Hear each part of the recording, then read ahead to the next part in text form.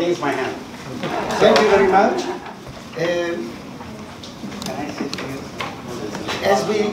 As we all, the Jews and the Muslims, are sharing any opening action or something, praising God. So in the Geniza we find in Aramaic, Bishmoch Rahmono. And the Yemenites say, Hashem Rahamon, Mole Rahamim. And in Arabic, Bismillah ar-Rahman ar-Rahim. Now, I'm going to first of all thank all the people who are behind this wonderful conference. And I'm grateful that I'm in the first session, and I'm the first in the first session. So I get my anxiety right immediately. So thank you, Dr. Rahel Yadid and Drora Arusi, and all others which I'm not going to elaborate now and mention their names, okay? So thank you, thank you, thank you. Within the field of study of popular literature, limited attention has been paid to the literary Judeo-Arabic of Yemenite Jewry. This topic can be divided into two types. The first one is original compositions were written by Yemenite native speakers utilizing any of the Arabic dialects of Yemen. For example, let me give you the examples. First of all, Makhabar, Al-Fasl fi Teshuvah, and Ru'ya al-Yaman, the famous novel, the famous story by Haim Hibshush. The second one, imported compositions, which were long books and stories that came to Yemen from other communities that spoke different dialects of Judeo-Arabic. For example, the Midrash about the 10 Commandments, we find it also in the Geniza material. The Lamentation, Gussaf or Qissaf Hanna or Hanno, okay, the lamentation about Hanno Sab'at Awladaha, the famous story from the Talmud. And the last one, which I'm going to talk about, Alhamdulillah or Alhamdulillah. Alhamdulillah is a popular midrashic translation of the scroll of Esther in Judeo-Arabic. It is written in rhymed prose with 12 chapters, accompanied by short poetic introduction, starting with the words Alhamdulillah, praise to God. Okay? Like the Rubaiyat of Umar al-Khayyam. The Jews of Yemen, the Jews of Aden are still reading it. Traditionally, they ascribed this literary composition to an author with the name Rabbi Yosef At-Tubrani. God knows from where they got the At-Tubrani. Because today you will hear that his name wasn't At-Tubrani. Okay? Different names of the name of this same poem are Sefer Esther Malka, the book of the Queen Esther, Ma'aseh Esther Malka, the same thing, and also Perush Megillat Esther or Tafsir Megillat Esther in Yemenite Tiklani. Okay? Next one. There are many scholars, Adani or non-Adani, who wrote about this custom to read it the Shabbat before Purim, okay, Shabbat Zachor. And also, they describe with the nice details about the whole ceremony, how did they do it. They continued also after they immigrated to Israel, and they still keeping it here and there in Tel Aviv area, mostly, okay. Rabbi Yaakov Minzili, an Adani rabbi, native speaker, wrote about it. Professor Reuven Aharoni wrote about it. But the best summarized description is the following in English, okay? By Aliza Moore, a lady, lives in Yad Eliyahu in Tel Aviv area, and she published in 1213 two books describing the whole Jewish community of Aden, with many, many details. She was born there. And this is her words. On the Saturday night of Shabbat Zachor, before the holiday of Purim, Sefer Esther HaMalka, the book of Queen Esther, is read, and in it is thanksgiving to the creator of the world, who reserved the decree from morning to light and joy. This book, written in a Judeo-Arabic language, was composed by Yusuf al-Tubrani. The plot begins with an introduction to the story of the scroll called Alhamdulillah. This book was published in Aden by Moshe ben Yehuda Menahem Mesa, which we heard in the previous lectures, and in 1904. The custom is to recite this story on Purim also at home, okay, within a family setting, when everyone is seated around a table generously set. They read from the actual scroll of Esther in the synagogue, okay? And in order to increase the festiveness, bridegrooms were chosen to read it. Very interesting, okay? Just to increase the joy. Al-farah wa surur. Next one. When we are searching, going backward, okay, with the generations, going to the other Jewish congregations in the, let's say, the Islamic world, okay, and in Cairo, Geniza, we find this specific text, this story in Judeo-Arabic, okay? In fact, we don't know, we don't have any details about the poem or his historical background. Samuel Poznansky, in 1914, already settled the question as he wrote, והנוסחה השמסני היא בלי כל ספק הישרה, כי מצאנו השם הזה בין הערבי. That means the Arabic text of it. והוא מיוחס למקום שמסניה, באזור נהר חבור. Habor, the biblical Habor, in some of the places, okay, mentioned with the group of locations that the Jews from Palestine were exiled by Nebuchadnezzar Melech Bavel to there, okay? So this is, we are talking about the center of Asia, Mesopotamia, okay? The border between the three lands, Iraq, Turkey and Syria, okay? Ashamsaniya today is in Syria, okay? This is close to the Kurd part of settlement, okay? Now let's see the next one. We based it on Islamic sources, and we find so we have many sources in Arabic, very, very classical geographical books, and here we have three of them. Ibn Khurdabbeh and Yaqut al-Hamawi, Hamawi from Hama, from Syria, and also Iskandar Dawood. I'm going to read only the second one. Yaqut al-Hamawi, 12th, 13th century, في كتابه معجب البلدان. And he says, الشمسانية كأنها منسوبة إلى تثنية الشمس. Bulayda means a small city, a small town, okay, with the diminutive pattern, okay. Bulayda bil Khabur. Khabur etymologically is Havor, the biblical Havor. Next one. Now, what do we know about this guy? Yosef Ash-Shamsani. It appears that he is also was a poet who wrote 3 lamentations to Tisha B'Av.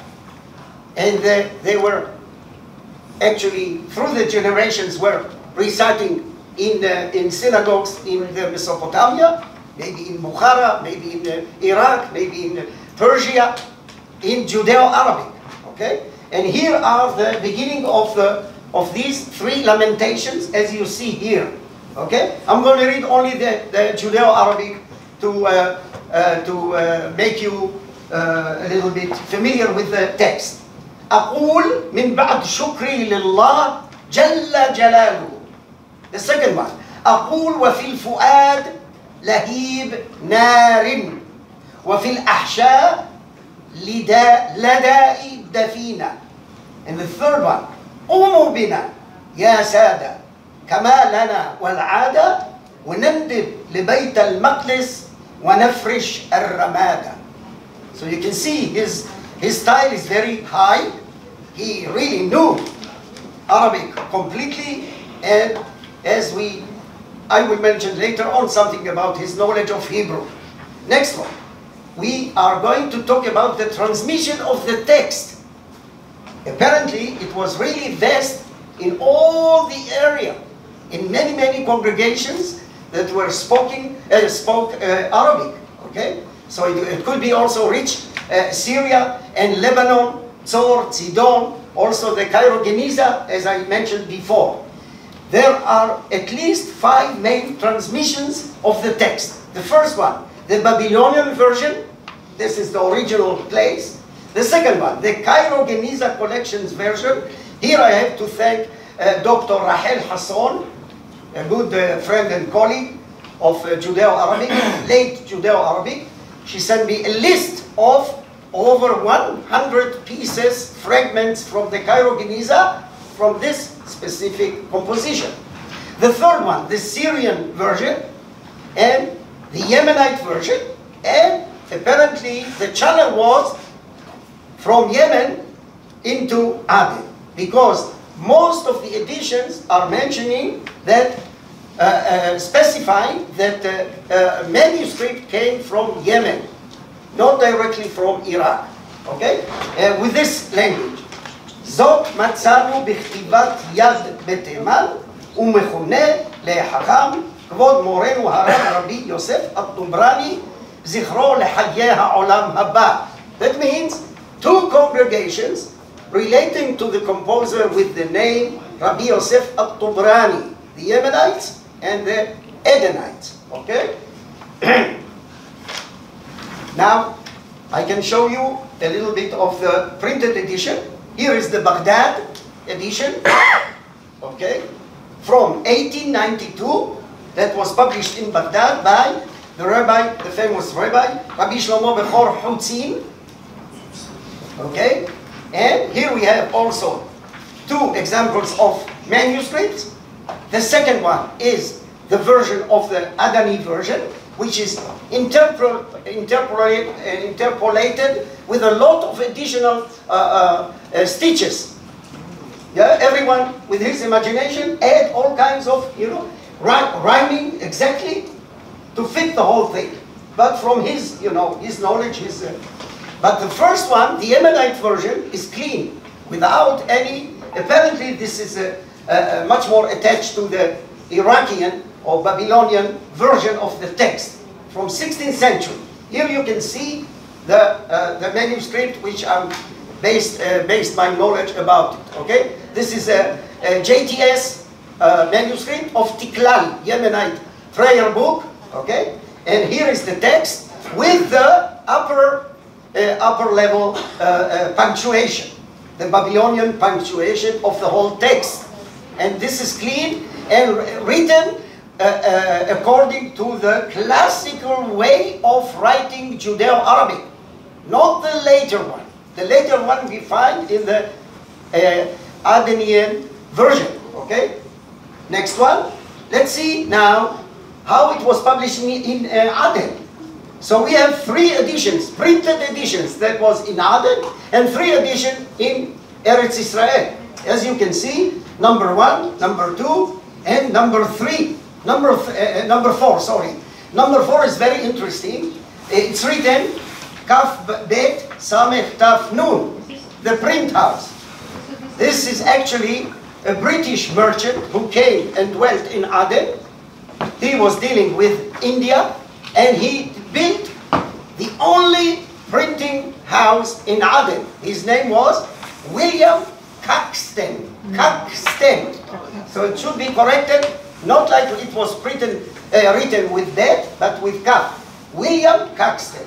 Okay, and here we have the other versions. Again, you can see this is the first printed version from Aden by Menahem Awad, which was reversed into English with the word equivalent, sound, Howard. Awad, Howard. How nice. Yes, and the second one was printed in Petah Tikva. Here you can see it from Tarpat. Okay. Now, I want to read these 3 verses from chapter 6. The first, Haman Harasha Yimmah Shemo V'Sichro. I'm going to read it. You can see one example of interpolation of the Adeni version in the 3rd verse, okay? Because we said this is quadri-radical or quadri lines or stitches that appears in the whole poem. But the third one, as you can see, there are some additional stitches, okay? So you can follow me with the English translation. I'm going to read it, and then we will hear the cantor, the Adeni cantor is really reading it, performing it, apparently at his home or something like that. هذا مضى وأن الأردشيري the King أحشوروش أقام هامان له وزيري، وكان هامان ردي شريري صاحب جه وماله كثيري، ثم رفع قدره والشانة وصار في منزله كالسلطانة. He reads كل سلطانة. It's quite different. إذا قعد ليحكم في الديوانة وحوالي الحجاب والغلمانة. 4 and 4. Now let's see the third one. وإذ عبر في قنص يصيدي وحوالي الريات والبنود، ثم تجاه سائر الجنود ومعهم البازات والفهود، وإن عبر بمحفل قعودي قاموا وخروا to prostrate, okay, كلهم سجودي. So the last 2 stitches are really interpolated later on. No one knows from where. Now we are coming to listen to this performance, okay?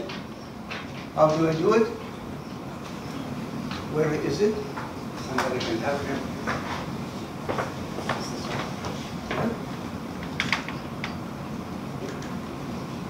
Yeah, this one.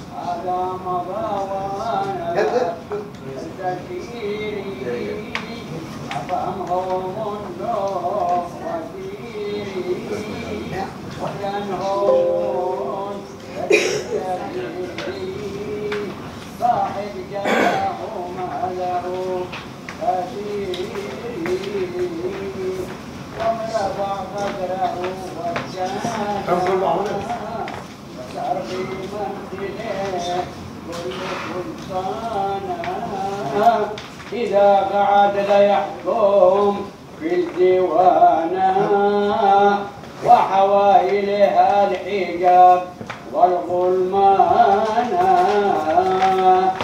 وأن عبر في خانق يصيدي وحوائلها الرايات والبنود، ثم تجه سائر النقود ومعهم البازات والفهود، وأن عبر بمحفل قعودي قاموا وكروا كلهم سجودي. ورد خيال قد قدام يقعد ولا He can continue the whole chapter, but we are not allowed to do so. هذا لئن في قدر جاء.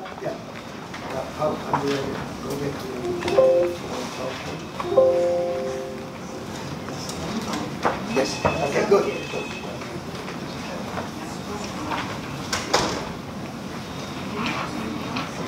Okay. Let me read only my conclusion. It's not so short, but it's not so long. Okay? So in conclusion, there is no doubt that this is an ancient composition deriving from Mesopotamian Judeo-Arabic towards the end of the early Middle Ages, I assume 13th, 14th centuries.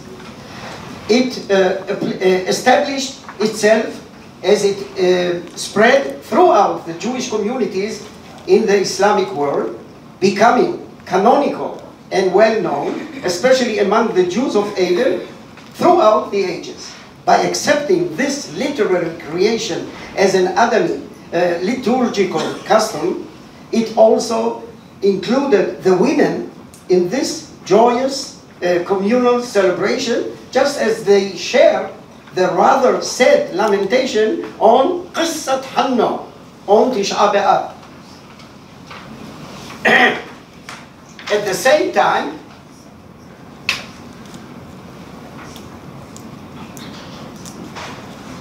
doesn't work. Oh, okay. At the same time, this custom added a new level of significance to this biblical story, since it was dealt with an impressive woman who saved her people. This provided the Adeni women with a leader figure whom they could admire and with whom they might even identify. One has to take into account the fact that the majority of the women in Judeo-Arabic communities were excluded from the world of literacy. As a result, oral recitations, in particular of stories, gained additional significance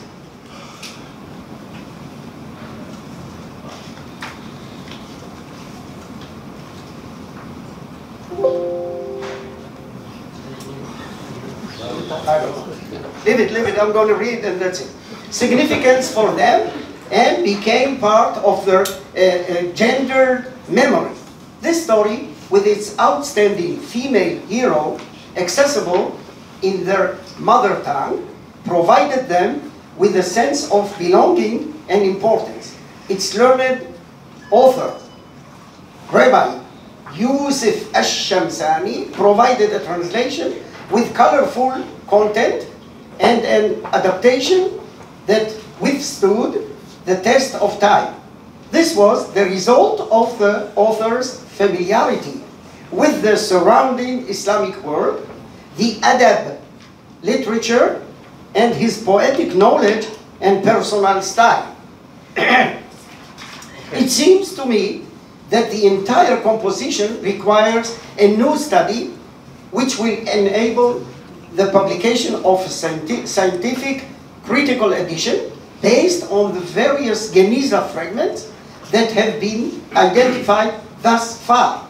This project would also benefit from a publication of the transmitted versions of the text.